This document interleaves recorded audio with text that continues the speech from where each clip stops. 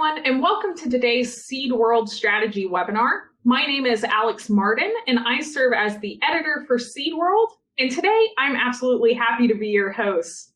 As election season picks up speed, there's a lot of things that can change pretty quickly in a regulatory space. And it's hard to keep up with everything that might affect the seed industry.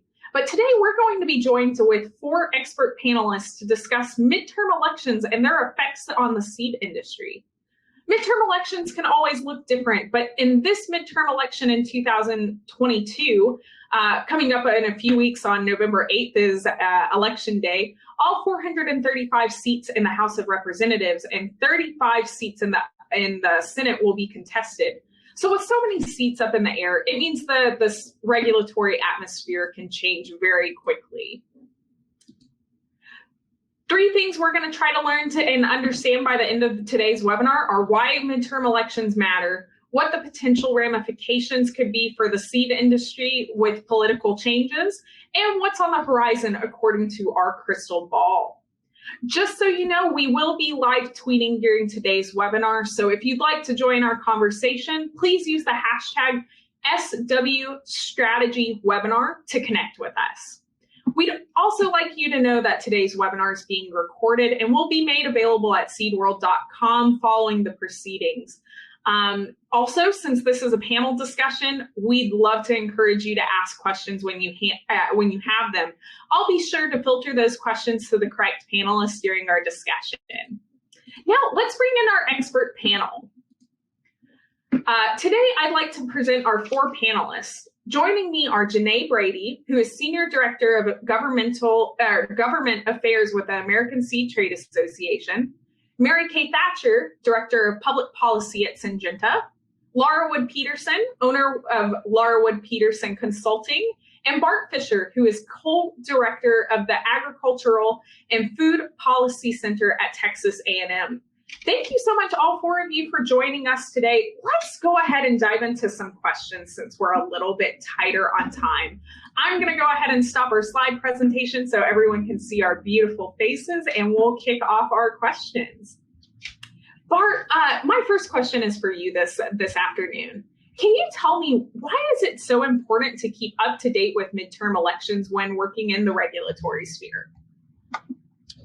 Well, first off, Alex, thanks for having us on today. I've been looking forward to this conversation. I think that's a great question. I think naturally, when we think about regulatory framework, we think of the presidential election year, right? Because it's the person sitting in the White House who kind of sets the tone for the regulatory agenda of the executive branch. But the reality is that the midterm elections do have a significant influence. I think a few of the things that come to mind, and the other panelists can weigh in here too, but one of those is oversight, right? So if we see, particularly on Capitol Hill, if we see a switch in leadership on the Hill, which is certainly looking to be the case in the House and perhaps in the Senate, I think a lot of what we're going to see is a significant push for oversight, and as that relates to regulation, it means Capitol Hill taking a much closer look, because instead of having the same party in control of both the legislative branch and the White House, you could potentially see that split, and so I suspect we're going to see a significant focus on oversight. Another one that's more in Janae's lane as a former Senate staffer too is on the role of confirming nominees, right? A lot of the nominees that come through the Senate for confirmation end up in regulatory agencies, and so to the extent that there's a shift in the Senate in the midterms, you could also see a shift in the confirmation of nominees, and the Senate, and it can be directly in terms of who they confirm, but also indirectly behind the scenes in getting folks confirmed to those positions. The Senate, it gives the Senate a little leverage there as well. And I guess the third, that I would mention to kind of round it out is on the approach process too, right? I mean, ultimately Congress doesn't act on its own. It requires, the president signing these things into law, but as part of that process, the appropriators exert a lot of influence over the funding for these agencies, and in that process can also Hey, I know with the 2023 Farm Bill coming up, you and I have already talked in previous articles before that midterm elections are kind of going to play a bigger role. How are you all at ASTA preparing for potential changes in both the House and the Senate? Well, thanks for the question, and I'll echo Bart's thanks for having us on. Looking forward to the conversation today. A couple of things I'd point out from the ASTA perspective as we're keeping an eye on midterms and as we're positioning ourselves for the new Congress coming in. I think, first of all, the most important thing is as we develop our policy and as we develop our proposals, that has to be founded on good foundational policy. We're not building what our priorities are going to be based on who is currently chair or who is currently, on this subcommittee or even who is currently in Congress. We really just have to take a look at what are the needs of the seed industry, what are the sound policies that are going to help our producers and our seed companies have the certainty that they need to make business decisions and to support their customers moving forward. So across the board, everything has to be based on sound and good policy. I think the second important thing that we're keeping an eye on sort of is twofold. One, we have to support our friends that are on the Hill that are facing tough elections right now. We need to be able to keep them moving forward. The other side of that is we know there's going to be shifts and there's going to be changes. Come January, we're going to have a lot of new faces on the Hill. Bart mentioned my time in the Senate. I worked for a chairman who retired at the end of 2020, who'd been in Congress for decades. And as we lose some of that expertise, it's really important for the industry to take a look at new members coming in and to develop up new champions, because we need folks that understand our policies and understand our challenges. And then we'll, go to bat for us as we're entering into new Farm Bill conversations. And just sort of the timing of the 2023 Farm Bill, we're not going to have a lot of time to build a lot of new champions. So we're really going to have to hit the ground running and tell our story sooner rather than later in the next Congress. Perfect. No, thanks so much, Janae. I think that's a good point to make, is that it's quite a short turnaround before you have to start thinking about that Farm Bill too. Mary Kate, I know you come from a different background than actually all of our presenters, coming from a company background. So I'm sure you might have a different focus from year to year in the regulatory sphere. What's typically the biggest concern you have as we gear up for midterm elections in the coming weeks? Well, I think a big concern that probably all of us would share in is that, a lot of the people that have been friendly to the agriculture industry, who have worked really hard on it, are in toss-up or very close races. And it's really hard to go in. You look at somebody like a Sherry Bustos from Illinois, the Quad City areas, who's been a great supporter of agriculture, who decided to retire. No matter who wins in that district, it's going to take a lot of effort, as Janae said, to get in there and educate them and help them understand, how to be part of this family and their staff too. But I also look at it and I think that, when you really look at the toss-ups, a lot of people that have been moderate Democrats and moderate Republicans are many of the people who are in really tough races right now. You look at the problem solver caucus in the House where it's a matching number of Republicans and Democrats that work together. And a lot of those people decided to hang it up or go elsewhere. They were defeated in the primary, or they could be defeated here. So, you can't go out in the public these days without people complaining that either we got right-wing people or we got left-wing people, but we don't have very many people who like to reach across the aisle. And unfortunately, I think that's going to get worse after this midterm election. Yeah, thank you so much, Mary Kate. Laura, like Janae, you also come from an association background, but I know you specifically work with the Independent Professional Seed Association with small and medium sized companies as well. What's kind of been on your radar as you work, as you look towards midterm elections? Yeah, thanks, Alex. I would probably pick up where Bart left off. We're in 2 years left of a regulatory cycle, really, in a couple months. But if you work backwards on most regulatory clocks and add time spent for the oversight that's going to be happening from Congress of the administration, this is not a lot of time.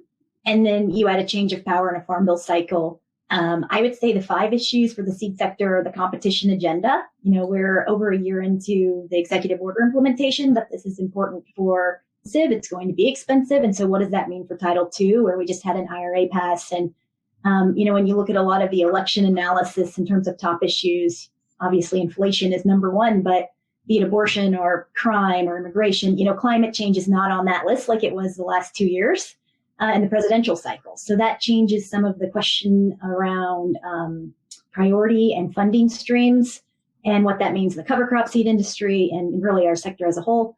And I know we've talked a little bit about approps, but as a fourth issue, long-term and short-term, we have a lot of issues. So our long-term research needs to our short-term, dealing with the Mississippi River, all this can be really challenging in a prop cycle where should Congress truly change, which I believe it will, you're going to have a debt ceiling fight. It's just going to be harder to think about what the funding levels are. And that's going to be a challenge. And then, of course, water is always a problem. We're in a major drought nationally, and Western water issues are mega problematic. So this is something that's just not going to go away.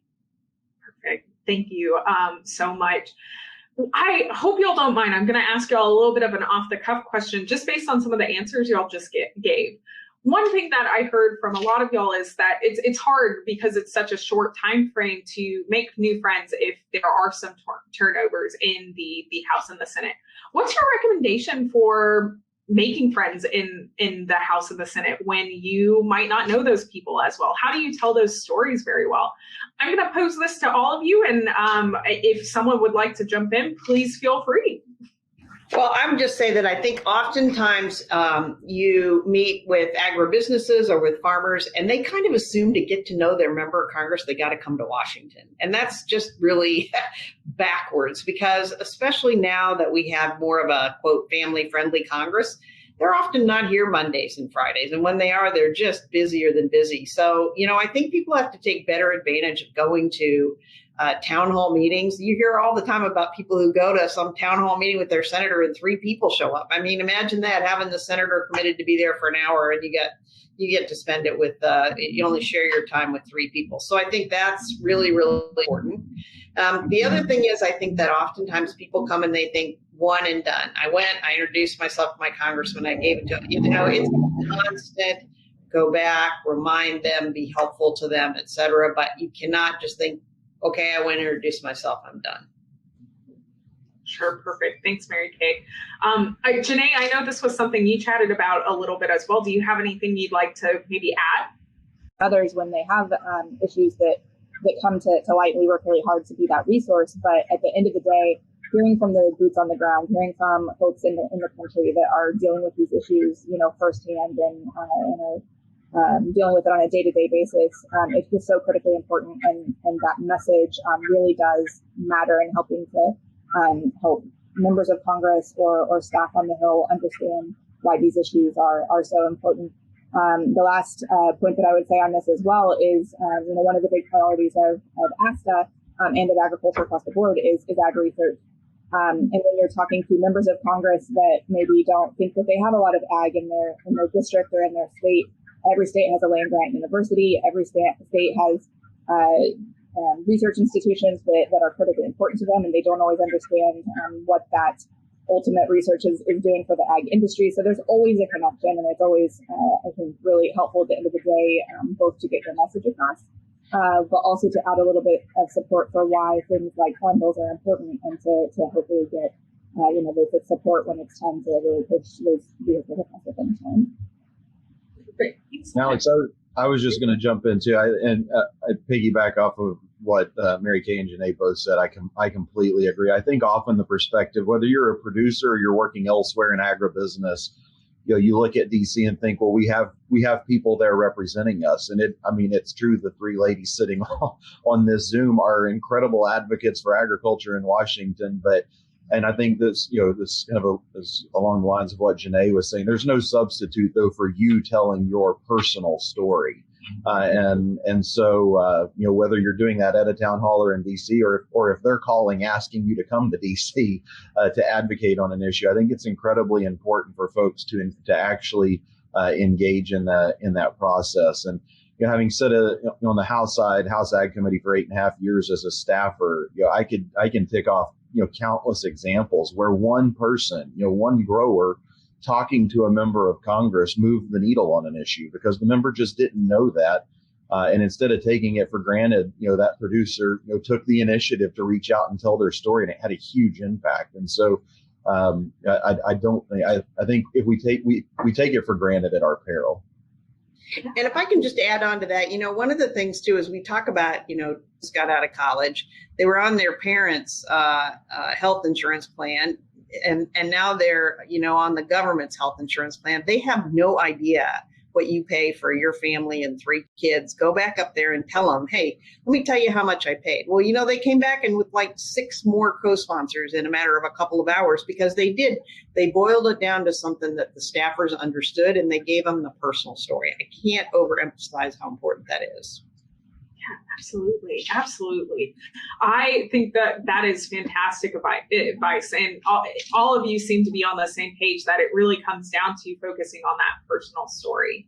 I'd like to shift gears just a little bit to talk about kind of what you're anticipating you're going to see within the next couple of weeks. This is another question I'd like to ask for all of you. Maybe this time we could go in order of maybe Bart, Janae, Mary Kay, and then Laura to hear some of your answers. But what do you anticipate is going to be top of mind for policymakers in 2023 after midterm elections? Do you see any shifts from current trends? I know Laura mentioned that climate change is not necessarily on the mind, but we'll start with Bart and go down the line and see what y'all think. So I think I may throw out one process thing. We're with the midterms, we're very much focused on the Hill. I think one thing we often kind of sidestep too, though, is that you have an administration who's very much in tune too with where things are going, and so often you'll see administrations making course corrections in anticipation of the next presidential election based off what happened in the midterm. And so I don't want to lose sight of that too, because I am very keen on seeing how that, and that most certainly directly impacts where things go on regulation. I think if we look a little further forward into 23, obviously we have a farm bill on the horizon. One thing I'm focused on, because it was the thing we were focused on when I first went to Washington as a staffer, 12 years ago at this point. It was the last time Republicans came into power in the House, the focus entirely was on the debt. And so, we're at a stage where we're over 31 trillion in debt. We know we're going to have to confront the debt ceiling at some point in 2023. And so a huge background question is, what does all of that portend for 23? And I don't think we know the answer, because a lot has changed over the last 10 years. But the debt has more than doubled since then, too. And so that's always in the background. And I think it remains to be seen what impact that has. More broadly in Laura, a number of situations where in 23, particularly we see a softening of commodity prices, knowing that input costs are often, pretty sticky in terms of coming down. It could put an incredible strain on production agriculture. And so I'm very attuned to what happens in that space. I'll say one silver lining, if you can call it that. We talk about 8 to 9% on this, inflation on the CPI. If you're a grower dealing with 120+% inflation, on fertilizer, 86% inflation on fuel, those other numbers look pretty small. I will say, a report we did for the Senate this summer, though, across all the variable cost categories that we tracked, the lowest amongst all of those was seed at 16.5%, and so. That's still a significant increase too, but not all of these are uniform. And so for me, a lot of it is going to be focused on how we respond to, this explosion in input costs we've seen. Yeah, thanks so much, Bart. Janae, anything that you think are going to be on the minds this upcoming year? We'd love to hear it. Yeah, I think, November 8th is the election. November 9th starts the next election cycle. So, just getting through one isn't going to necessarily, in my opinion, have a major shift, because once we get through November 8th, then we're looking at the presidential and those sort of, political rhetorics and things like that are going to maybe not stay exactly the same, but they'll still be politically focused, I suspect. But I think, Bart had a lot of really great points there. And he mentioned earlier that we're still working on things like nominations. We're 2 years in, shifting after into a new Congress, and we still have several really key positions as of today that aren't filled yet. So, the need to really get folks in to complete the agenda of the Biden administration, I think, is going to be really, really important. But then, like Bart said, we're dealing with inflation, we're dealing with prices, we're dealing with the challenges that producers face. I think that immediate focus is, to the rightfully so, going to take a lot of the focus of members in Congress. And I guess I would just point out from the seed industry, I think that's one of our major challenges is that we're trying to provide certainty and some predictability for our feed companies that are planning much farther out than just 2 years. Thanks so much. Mary Kay, anything to add? Well, I would just add, I think we're going to see some changes. I mean, virtually everyone says the House is going Republican. That's my belief, too. And I think that's going to make all the changes in the world. As Bart talked about oversight, I anticipate EPA will be on the Hill almost on a daily basis. My take on that has been that the leadership saw quite some time ago that there was very likely that either the House or the Senate or both would flip to Republican. And so they wouldn't have the administration in the House and the Senate all the same party. And so they got into this, let's regulate a lot more over the last year. And I think that will not stop, but it's going to come down a bit because you're going to have people up there all the time answering questions. I think the other issue that's, really important is trade. We haven't had much happen on trade. I mean, as Janae just said, the trade person at USDA and the trade person at USTR for ag, they're not even in place yet. The administration's been around almost 2 years. So that has to happen. But we have things like, the GMO corn not being able to come into Mexico, that's going to be in place here in about 14 months. And we've had, I think, struggles getting people to pay attention to that enough. I think you're going to see lots of discussion about that, about new trade agreements, enforcement, et cetera. So I think some big ticket items that we haven't done. And then last, I would just say, Bart, I couldn't agree with you more that we got inflation and we got the debt. And I think it's going to be really a really interesting time to be involved with this farm bill. And, I think there's a whole lot of farmers out there, the vast majority of farmers that think we're going to get a whole lot of new money for a safety net. And I don't know that that's necessarily true. I think certainly you're going to look at high input prices and you're going to say, okay, now's the time to step in. But whether or not agriculture has the wherewithal to be able to get the kind of money that a lot of people think is coming their way is yet to be seen. Thank you so much. And Laura, I'm going to give you the last word on this question. Well, it's hard to follow Mary Kay. That was a great answer. And I agree with Janae's point on the presidential cycle. Again, what that means for the regulatory timelines and the oversight means we're kind of speaking at this very micro level on really detailed specific issues. And the story about how you tie those micro and macro issues, I think, is the way to frame how we are going to advocate in 2023. Perfect. Thank you so much, Laura. Bart, I think you brought up a lot of good points about some things that are about to be maybe coming into view for midterm elections. I think you all did actually. But Bart, what do you think the biggest effects you might imagine could happen in the realm of agri-food policy? Yeah, I think Mary Kay really alluded to this too. I mean, all eyes are on whether there will be additional funding going into the new year. In a lot of ways, it's a corollary to 20 years ago, right? We were coming out of a recession in the ag economy in the late 90s. We were pumping in tens of billions of dollars in ad hoc aid into agriculture, and Congress responded with a bill, the Agri Protection Act of 2000, that paved the way for modern day crop insurance, and that also then resulted in the 2002 Farm Bill, all in a move to get away from all of this ad hoc spending. And so to some degree, that could serve as a model for 2023, right? I mean, we've spent, whether it's, trade aid following the trade war with China, the coronavirus food assistance, the wildfire hurricanes indemnity programs, the new emergency relief program. We've just had a litany of ad hoc aid, in part because of all the budget pressure over the last decade. The farm safety net has continually been shrunk down and tightened. And I think we've seen the result of that, right? This infusion to try to serve as a stopgap. And so I think the justification for additional resources is certainly there. I think the argument of moving away from ad hoc assistance is a very compelling one. But I also think Mary Kay is spot on that it's not a foregone conclusion that those new resources will be there. I think we're also against this backdrop now where it's very interesting, and without going down a rabbit trail or too far in the weeds, SNAP is effectively, permanently authorized. It's an appropriated entitlement. Crop insurance is permanent law. conservation under the Inflation Reduction Act was extended through 2031. And so a lot of ways, it's really just a few programs, that are effectively up for reauthorization in a farm bill. And so I think there's this growing recognition that, hey, if we're going to do a farm bill, we've got to see some improvements to the farm safety net. But how that intersects with this debt conversation, I think is, I would just be guessing along with everyone else. And so it's going to be interesting to see where things go as we head into the spring. Yeah, absolutely.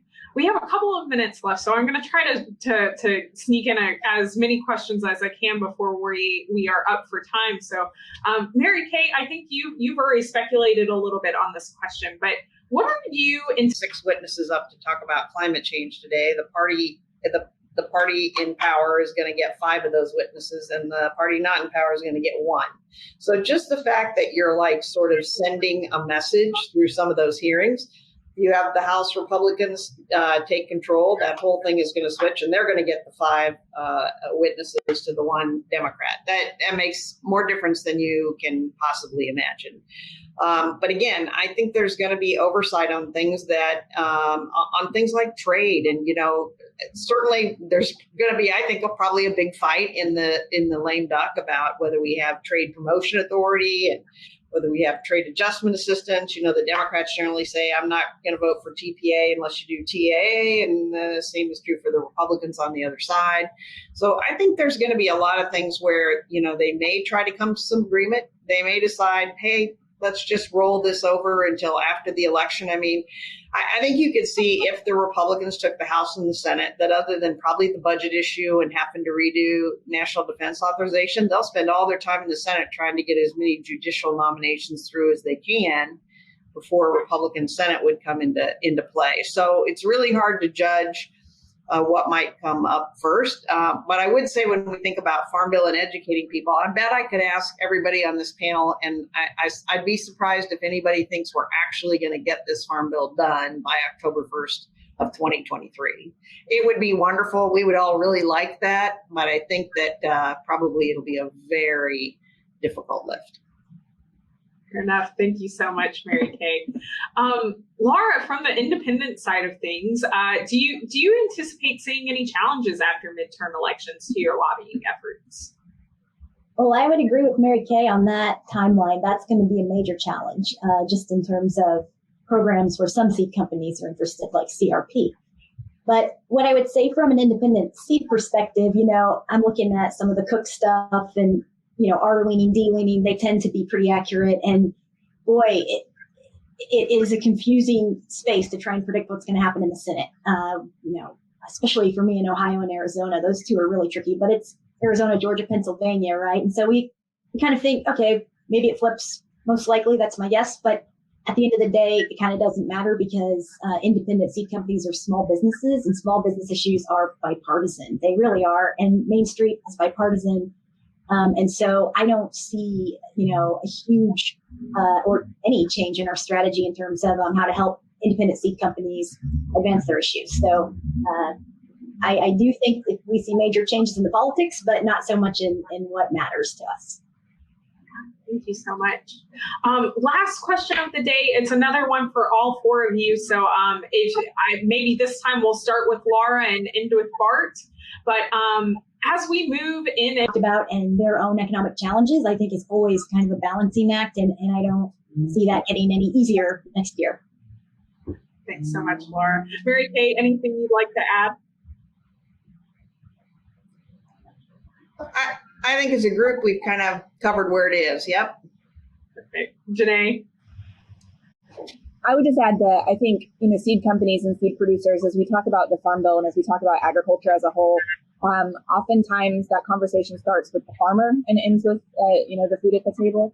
And from our perspective, it really starts with the seed. I mean, I know we harp on that a lot at ASTA, but I think that the seed industry really needs to be a part of this conversation. They are producers. They're producing the seed that our farmers need. So, as we move past elections, I think that's something that we all need to really keep on our mind is how that we're making sure that we're putting our industry at the table and really, pushing the needs that we have as part of this conversation. Sure. And then finally, Bart, we'll end with you today.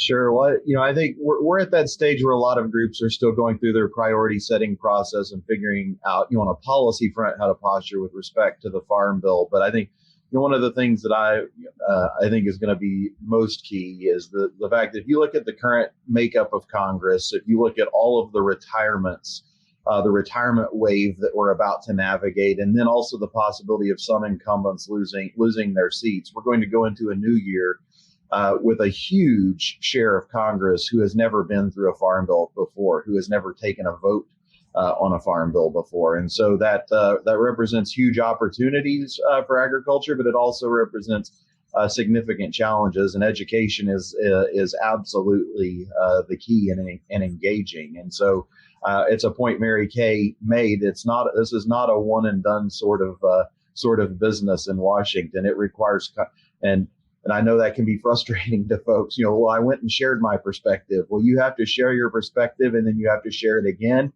and again and again. And so education is incredibly important. And I think that's particularly the case with this farm bill, where so many members will have no record because they have not yet taken a vote on a farm bill. Okay, thank you so much.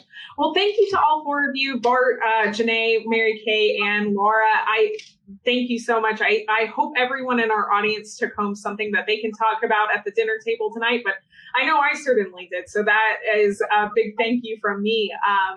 And thank you so much to everyone in our audience who participated. I hope you found something of value